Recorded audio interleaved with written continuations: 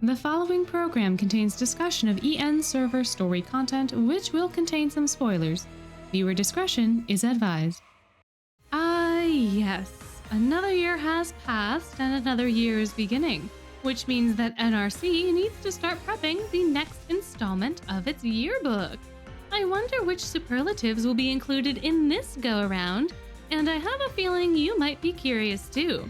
So let's peek behind the curtain once more and see which of our boys will be receiving these 10 random yearbook awards. Each category will have 3 contenders, each with their own reasons for why they should be taking home the crown. Once we've heard them out, I will be hand-picking each winner and granting them the title they covet. So without further ado, let's see who's up for the consideration of the most likely to run off with the Circus Award. For this one, our contenders are Grim, Ace, and Floyd. What a spread. Grim, for his part, already tried to run away with the circus during Playful Land, and I have a feeling this may not be an isolated incident. Grim is a very vain little guy who can be convinced to do pretty much anything with a few compliments and tuna cans.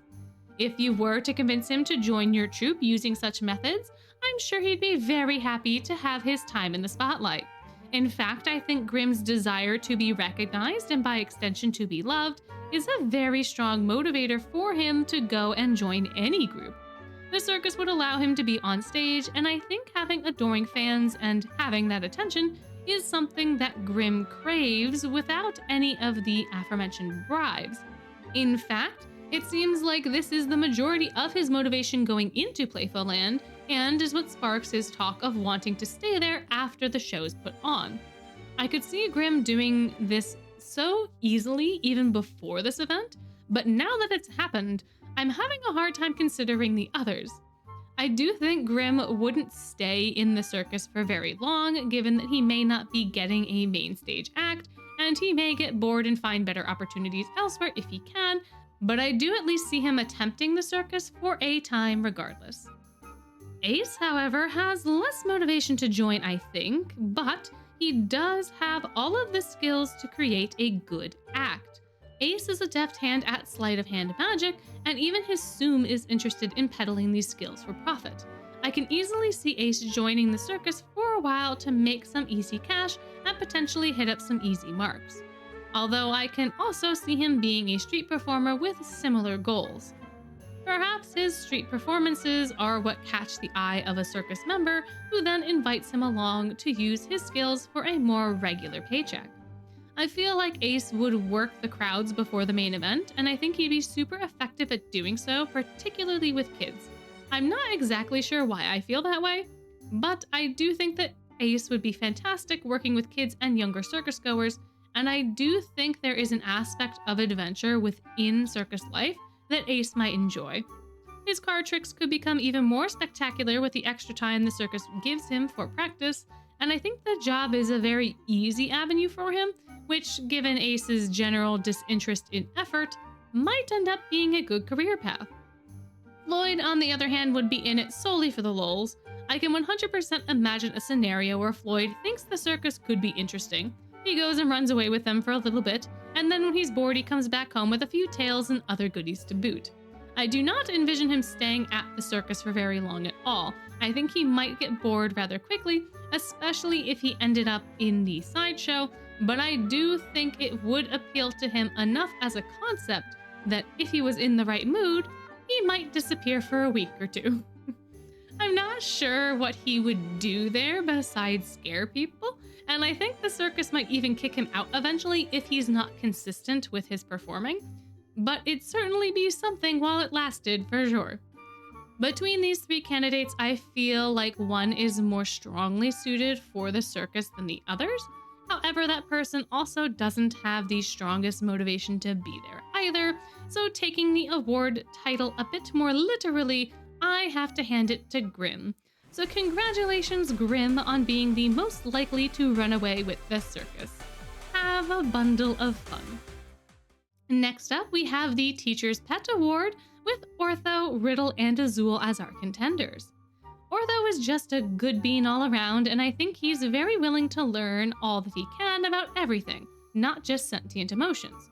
He's also very excited about going to classes and being a real student after the events of Book 6, so I can easily see him being a goody two-shoes in the classroom.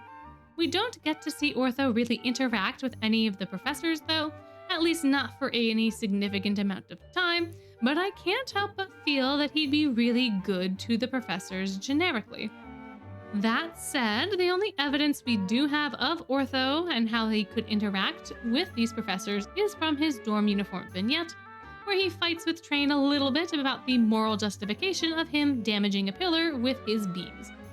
At the end of the day, Ortho is able to manipulate the situation to embarrass the Deisomnia kiddos who caused him trouble without Train even knowing the full extent of what's happening, which is a little naughty. But I think Ortho's manipulation could be very useful in him becoming a teacher's pet.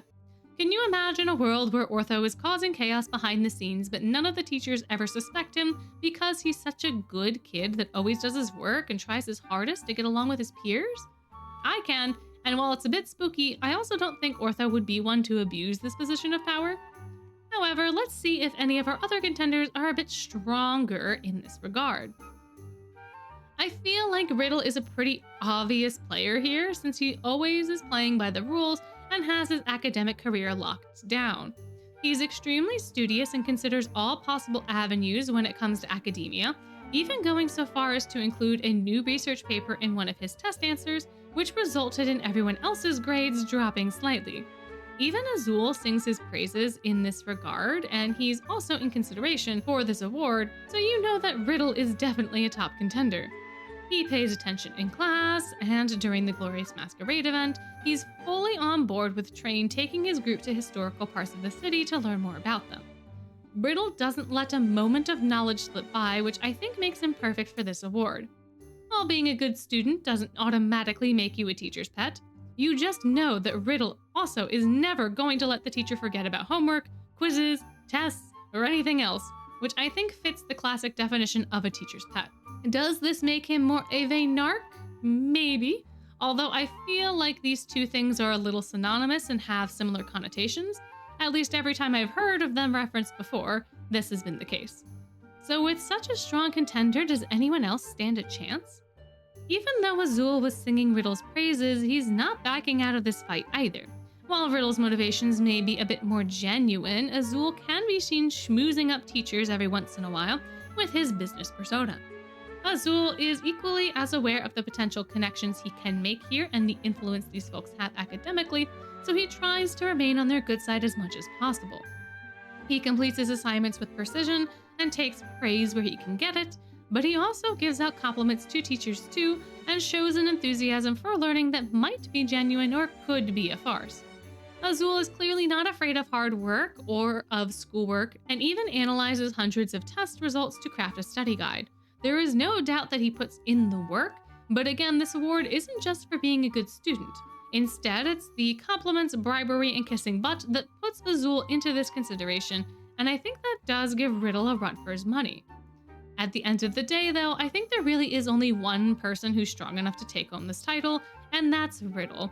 I think Riddle's genuine care for the rules is what sets him apart from the others, as this allows him to take on the more conventional role of teacher's pet in a way more genuine way than Ortho or Azul can. So congratulations to Riddle for winning Teacher's Pet. Our next award is Best Person to Share a Deserted Island With, and we have Lilia, Jack, and Ruggy up for consideration.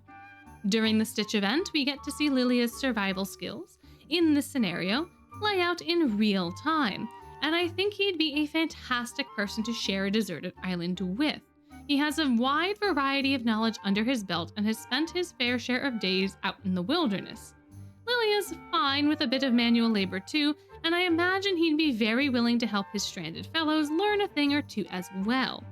I also feel like, given what we see in the Stitch event, that Lilia would be very patient overall with folks who aren't used to the outdoors as him. Sure, there will be some goading and chiding, but you at least know you're going to survive. There are only two problems that I foresee with Lilia: his cooking and his chaotic, fun-loving nature. When it comes down to a life or death situation, he matures right up. However, if it's not that serious, there will likely be some shenanigans, which could stall your overall progress. That, and the food he collects might not be the most appetizing either, coupled with his cooking skills, would spell disaster. However, is Jack all that much better? He's got the grit and determination to do anything physically demanding, which is fantastic in this scenario. Jack is also reasonably fit, so he could likely and probably would want to hunt any of the land critters roaming around the island. He's not as knowledgeable as Lilia though, so I imagine you'd have to pool your efforts together in that area, so the going could be a bit slow.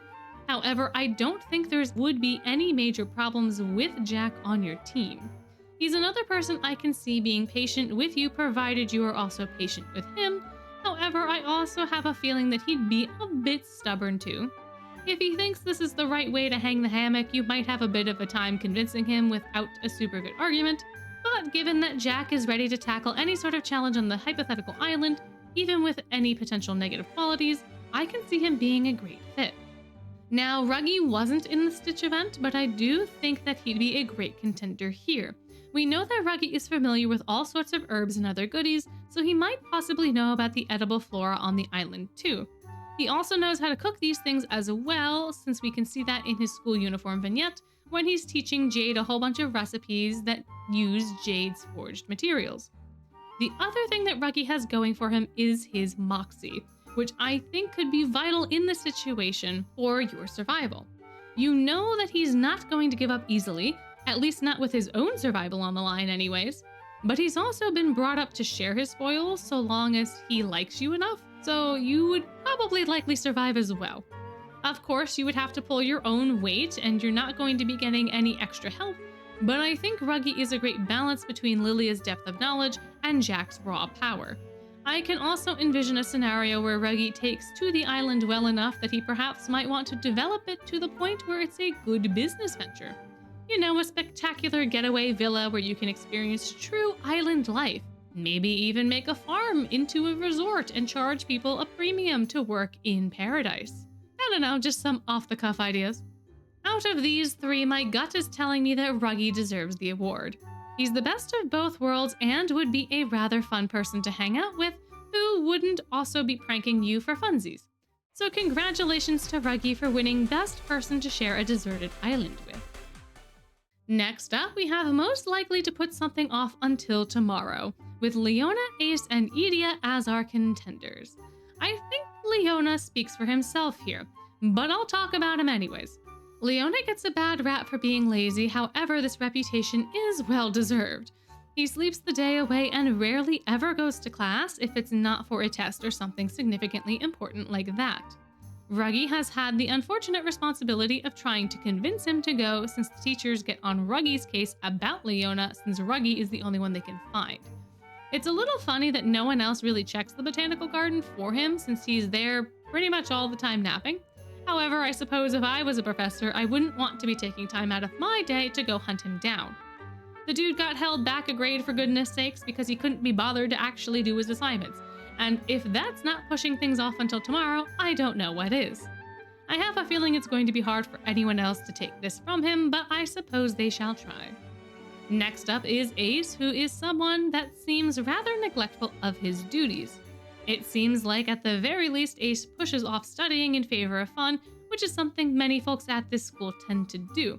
But because of this, I think there's a strong case to be made for him winning this award instead. The whole reason he, Grim, and Deuce get these study guides from Azul is because of their bad studying habits. While Grim and Ace probably share the same slacker attitude, at least Deuce has the excuse of his educational handicap to defend him instead. We also see in Playful Land that Ace is content to shirk his duties and studies leading up to Halloween in favor of heading to the theme park, so he's not unopposed to this idea. The fact that he goes through with Playful Land even after Riddle's stern warning is something else entirely. Even during orientation, before the whole school year even begins, he's already slacking off and checking out all the spots his brother recommended for him to do so in. This guy is a slacker. He just doesn't have the same reputation as Leona, but I think overall it's pretty clear that he's also a good contender for this award. Last but not least is Edea, who is probably the weakest of the bunch at first glance. Idia is rather diligent when it comes to things that he cares about, like ortho or primo, but he slacks off on a lot of other things. During the Wish Upon a Star event, he tried to get out of his duties by offering up a pre-recorded drum beat instead. Before orientation, he's seen shirking his duties as house warden, and even during the fairy gala, he's very quick to push off the work onto some other folks. In the same vein as Leona, it's not that Idia can't do these things, it's that he doesn't want to. While the two house wardens' motivations may be different, the end result is unfortunately the same. In fact, Idia doesn't just push off schoolwork either, he's terrible at taking care of himself and puts off meals and other things in order to better game or pursue his hobbies. So in that way, he's also very likely to push things off until tomorrow. It's actually a much tougher choice than I was originally anticipating, but I think if I had to give this award to anyone, it'd have to be Ace. Leona was right up there with him, but I think Ace's constant weaseling out of any and all responsibility makes him best suited for this. At least the other two actually do work from time to time, but Ace, he's just relaxing. So congratulations, Ace, for being the most likely to put off something until tomorrow. Our fifth award is Worst at Keeping Secrets. Our contenders for it are Kaleem, Sebek, and Deuce. Even though I think Kaleem is a sweetie, I really don't think he'd be able to keep your secret for very long. He'd probably accidentally blurt it to Jamil or someone else if it was something exciting, like a surprise party, or he might ask Jamil's counsel if it's something more serious. Either way, the cat will be let out of the bag, it's just a matter of when. I think the only time your secret would be safe with Kaleem is if he has a deep bond with you, like we see in Book 4 when Jade tries to get the name of the hypnotizer, only for Kaleem's strong faith in Jamil to get in the way. I think Kaleem's potentially loose lips are not an intentional act on his part to betray your trust, and I do think he'd do his darndest to keep your secret, but I also feel like it would eventually come out with enough prodding, especially if the one prodding was Jamil. Despite their relationship being rocky, Kaleem doesn't think it is. So I have a feeling he'd confide that information in Jamil if at the very least your secret was something that bugged him. Even if he was trying to subtly ask for advice about it, I have this inkling that the truth would come out anyways or could be quickly inferred by those around him.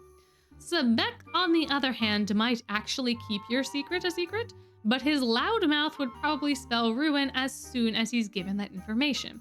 I can imagine him screaming out your secret if it was shocking enough to him, and the whole school would probably hear it repeated back to you by Sebek. In this way, I don't think Sebek would be the best source to confide in. I also think that he would give the most asinine advice if your secret happened to be negative. That, or you're going to be listening to Malleus facts for the next hour as he attempts to cheer you up, which could go either way, I suppose. As long as he doesn't loudly announce or comment on the secret, it would be safe with him.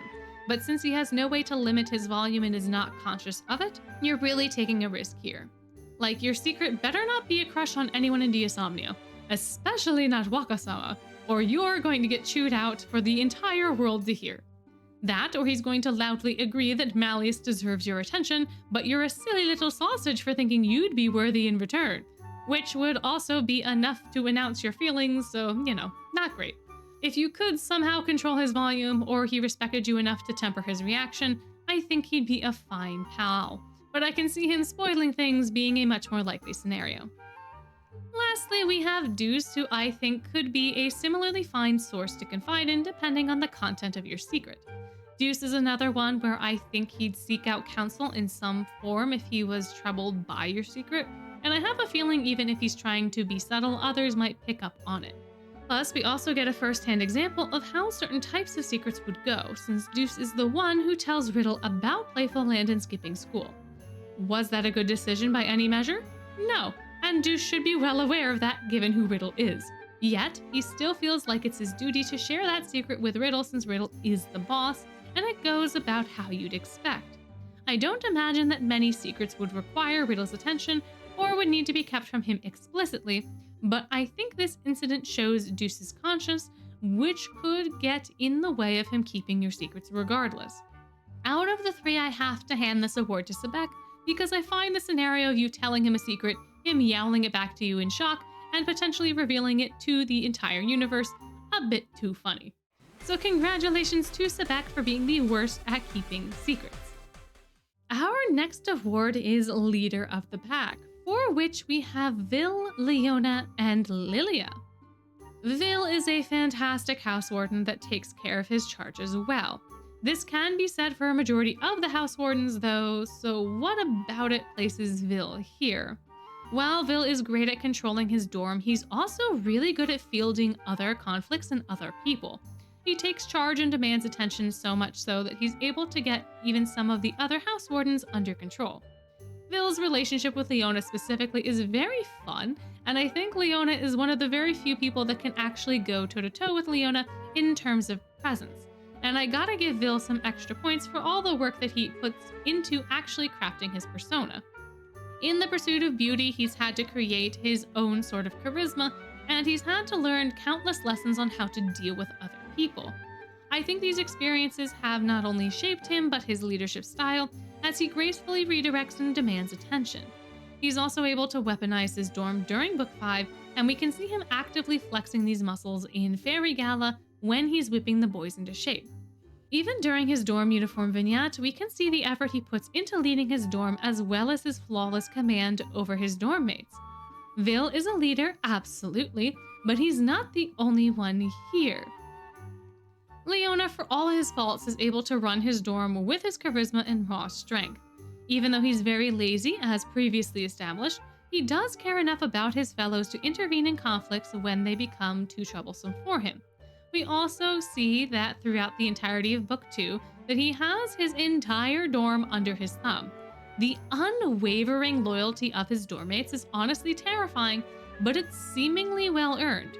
Aside from his physical strength, Leona's got magical prowess too, and on top of that, he's wickedly smart. His plans are thought through well enough, and technically his plot in Book 2 did work for a second. Sure, it could have easily been foiled by Malleus himself, who could have just, floated above the stampede during the stampede, rendering it useless. But for a brief moment during the actual story, this plan reached its glorious conclusion, and the dorm was ecstatic. Leona is the only house warden without a vice, so he's got that going for him too. Leader of the pack sounds like it would fit him best, given that he's a lion and he's leading a pack of majority beastmen, but we shouldn't let such stereotypical notions sway us, particularly since we still have one contender left to talk about. Lilia not only keeps Diasomnia in check, but has kept entire armies in check as well.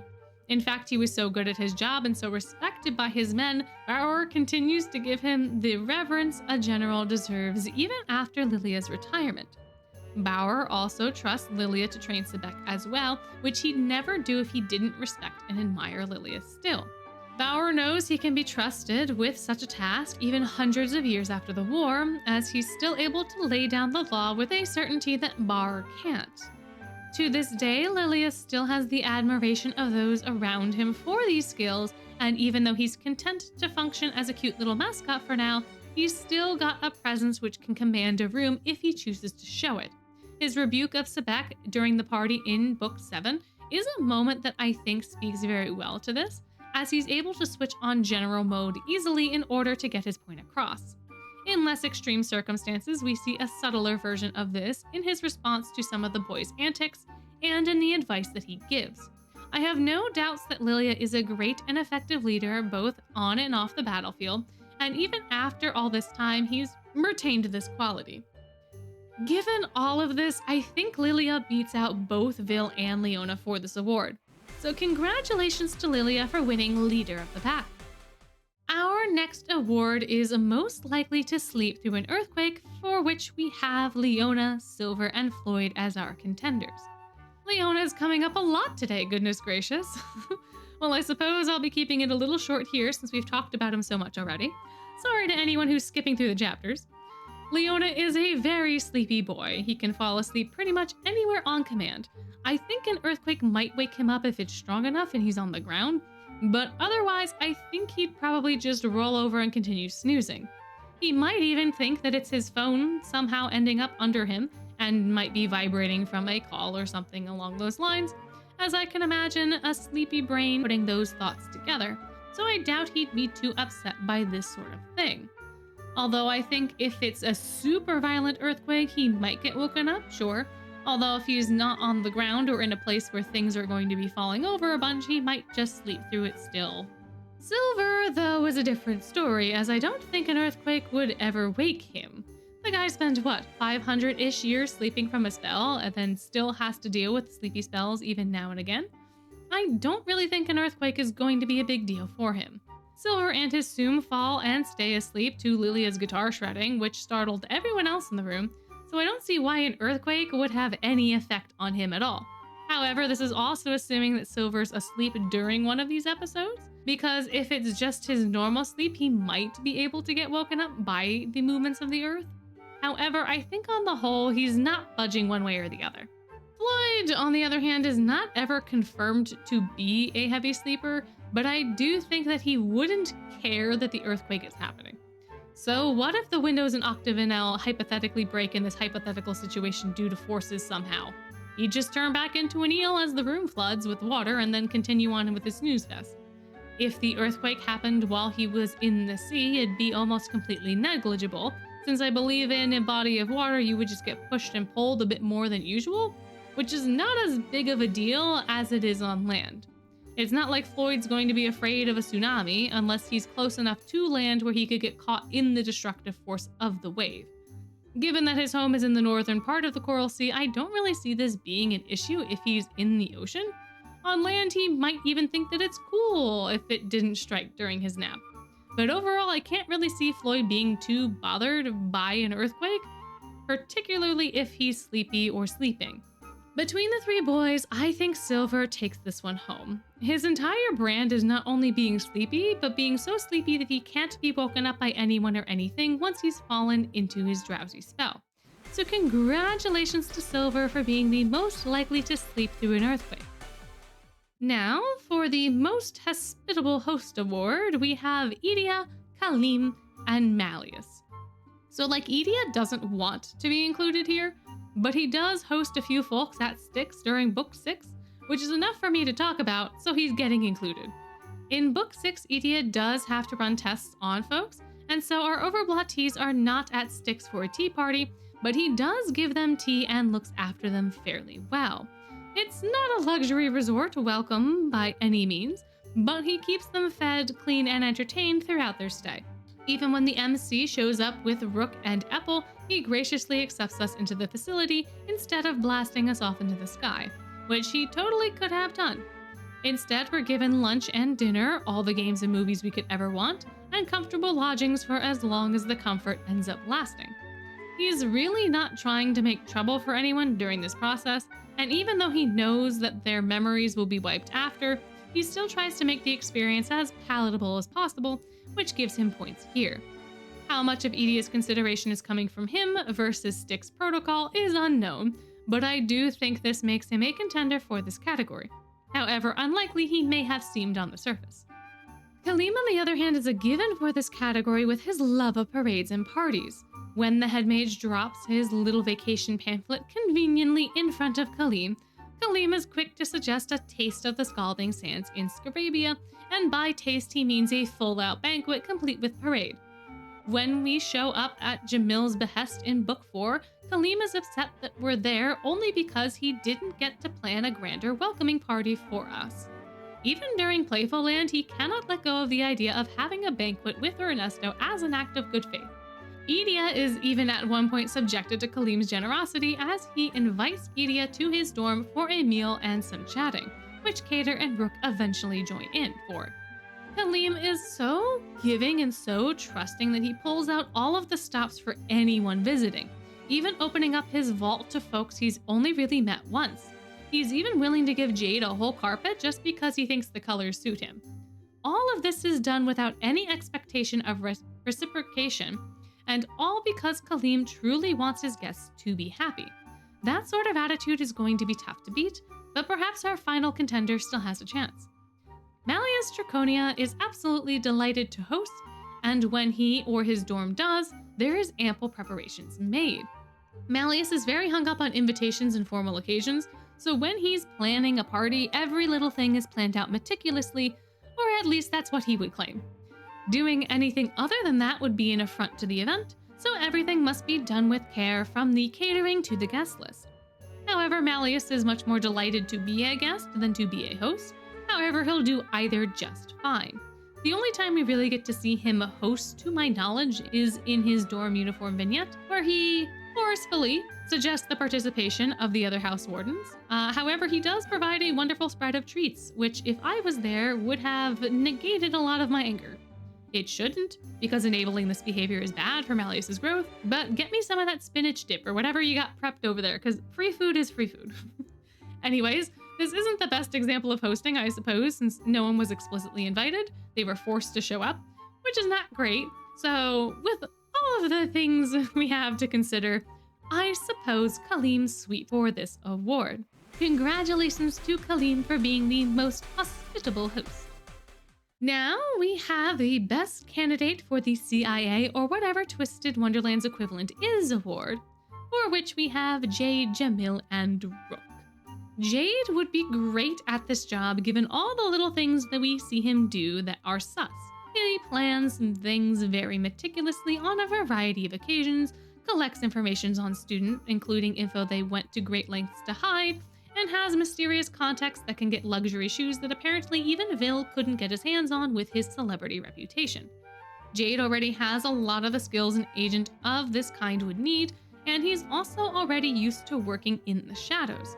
If you don't know him well enough, you might even mistake him for your average Joe, or pity him like Trey did for being so easily manipulated by others. All of this combined with Jade's unique magic make him a truly formidable force in this realm, and he even has the sadism necessary to do whatever needs to be done more easily. Oh, you'd like me to dose unsuspecting strangers with psychedelics or some sort of experimental potion with similar effects, just to test out some sort of mind control-esque thing without those participants knowing? How fun! Jamil, on the other hand, I don't think would relish in that side of the job as much. However, his talents are just as useful for an agent of this type. I can also see this role as one that allows him to use his unique magic legally with very few restrictions too, for a variety of cases. Given his role as one of the Asim family's servants, he'd have many opportunities to sneak around other diplomats and their agents whenever they'd be visiting, so he could collect information more easily that way. The only problem I see is Jamil having to juggle these secret dealings with his daytime activities. Kaleem is a whole handful and a half, so keeping him in check while also spying on enemies and allies of the state could be a little tricky. But given how down pat Jamil has his work, even if it is a lot, I feel like he could do this sort of thing if he wanted to. His unique magic would also be a much better asset overall than Jade's, since it can be used multiple times and can be just as suggestive. It may not guarantee the truth, but it can be used more than once on the same target, which might give him a leg up here. Now, Rook is interesting because I don't think Rook has any inkling to do anything truly malicious, as one of these type of agents might, but he is rather interesting himself. He gives us our SDC audition notice by shooting an arrow past Deuce's face, and while this can be written off as eccentric, it's still very terrifying. Rook is able to read everyone extremely accurately, and no little detail can escape his gaze. He's also able to track folks ridiculously well even without his unique magic, so can you imagine what he could do with an organization like the CIA backing him? Sure, he wants to pursue beauty, but he can totally do that while working for the government, no? In fact, he could experience other sorts of non-traditional beauty working there too, and would have another excuse to travel the world. He's got a lot of the qualities an agent would need, the only problem is he's a bit too charismatic. Once you know who Rook is, you'll always be able to spot him, and I don't think he'd be content to hide himself, nor should he. Rook prefers to watch acting rather than act himself, so I can't see him being as subtle as he needs to be in this type of role. But he's still got those other good qualities, so it's a little tough. I think the person who most deserves this award is Jamil. Perhaps this job can even get him out from under the Asim umbrella, and I think Jamil would love that. So congratulations to Jamil for being the best candidate for the CIA, or whatever TWST's equivalent is. Our very last award for consideration today is the Best Bromance Award. For this, we have the duos of Vil and Rook, Ace and Deuce, and Silver and Sebek. Since this video is more for funsies and is largely based off my opinions, this is your warning that this category specifically is not going to be an in-depth analysis of these dynamics. I think that these dynamics deserve way more time and energy to fully explain than this video can provide, so I will not be going over all the nuances of these relationships. With that said, the relationship between Vil and Rook is so very interesting to me because it goes beyond the actor and audience, yet the extent to which it does this is something that I still don't fully comprehend. I think my love of their dynamic comes from the way the relationship was formed and the mutual respect these two have for one another. Rook and Vil would talk about movies and performances frequently, and while these interactions initially were largely stemming from Rook's admiration, over time they grew into mutual exchanges. Rook can read Vil better than anyone else, so Vil admits, and Vil is able to captivate Rook in a way that only Nej can best. To want so desperately to be beautiful is something admirable but also tragic, as time will inevitably take its toll and reduce these efforts to naught. Yet Vil refuses to be bested, and this struggle is something that I think Rook knows he can only witness as it's unfolding and can only ever witness in the here and now. The two of them don't breach each other's boundaries, and Rook is even willing to let Vil continue down his destructive path during Book 6, despite perceiving Vil's spiral, because of his hopes and his respect for him. Rook encourages from the sideline and supports, but ultimately there are things that only Vil can decide for himself. This hope, as well as his faith in Vil, is clearly shown as Rook goes to drink the poison juice in Book 6, literally putting his life in Vil's hands as he places his full faith in Vil. It takes some time for Vil to understand, but post Book 6 we can see that the next part of his journey is starting, and Rook is right there to observe and support as always. The poet and the queen are so lovely together, and I think they come to know each other so well that it would be difficult to shatter their relationship as it stands. Ace and Deuce have not yet come that far in their relationship, and this relationship is still forming. We get to be their Rook here, as we watch the two slowly begin to respect each other more and more as they keep getting dragged into wackier and wackier plots. At the beginning of the year, these two are not at all close, but the longer they spend together, the closer their friendship becomes. These two have banter locked down, and the teasing is great between them. It's all in good fun, of course, but you can also see the tone shifting from the beginning of the story to the present in Book 7. Even though they are growing, the two are still dumb, just in different ways, and I find the way they play off of each other so delightful. I think they could also work to counterbalance each other in a lot of ways too, since Deuce is more of a serious type and Ace tends to be a little more schmoozy. They have differing philosophies, yet they can still get along, and I think this makes their relationship pretty sturdy. Honestly, the way they bonded in Book 1 set them up for success down the line, and I think that Deuce getting his unique magic first is a wonderful wake-up call for Ace. They can help each other and challenge each other even when they're not really conscious of these actions, and I can't wait to see how their dynamic continues to develop. Last but not least, we have Sebek and Silver, a duo that we've only recently gotten a lot of background for, and this background has completely changed my perception of them. During the first Vargas camp, I started to really dislike Sebek, and that put me in a position where I was very sympathetic to Silver. The few vignettes I had of the two only furthered my thinking in this vein, but boy am I glad that I can finally see the nuances of their dynamic. However, even with my misconceptions, the two of them did play off of each other very well and offer similarly hilarious interactions as Ace and Deuce. Silver is calm and thoughtful while Sebek is reactive and opinionated. With such different characteristics, there is plenty of opportunities for interpersonal conflict between them, which in a way gives depth to their interactions too. However, now that I know more about their history, I see their dynamic as friendly rivals much more clearly. The two respect each other so much to the point where they get legitimately upset at one another when they see the other slipping up. Sebek will call out anyone for their misdeeds, but is especially critical of Silver because he cares deeply about him, and he'd be really miffed if he were to only beat Silver in a spar while Silver was less than his best. Silver is much more temperate, but he isn't going to let Sebek go unchecked either. These two strike me as having a deeper relationship, and while this is partially because they have had a longer history, I think it's also because they hold each other accountable so well, and so much better than Ace and Deuce do.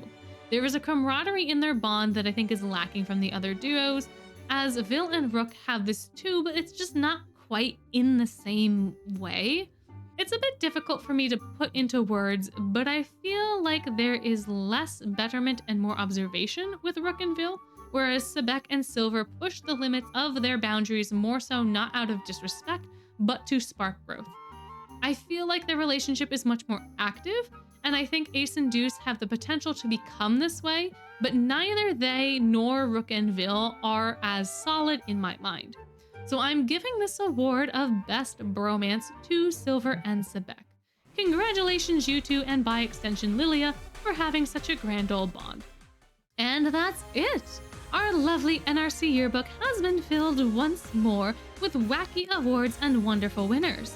Do you think these awards were well deserved? Or do you think there are other folks that are better suited? As always, feel free to let me know your thoughts in the comments below. And if you liked this video and want to see more like it, or perhaps yet another sequel, let me know that too, below or with a like or a subscribe. Now, before you go, I'd just like to remind you that you're amazing, and I hope you have a wonderful day.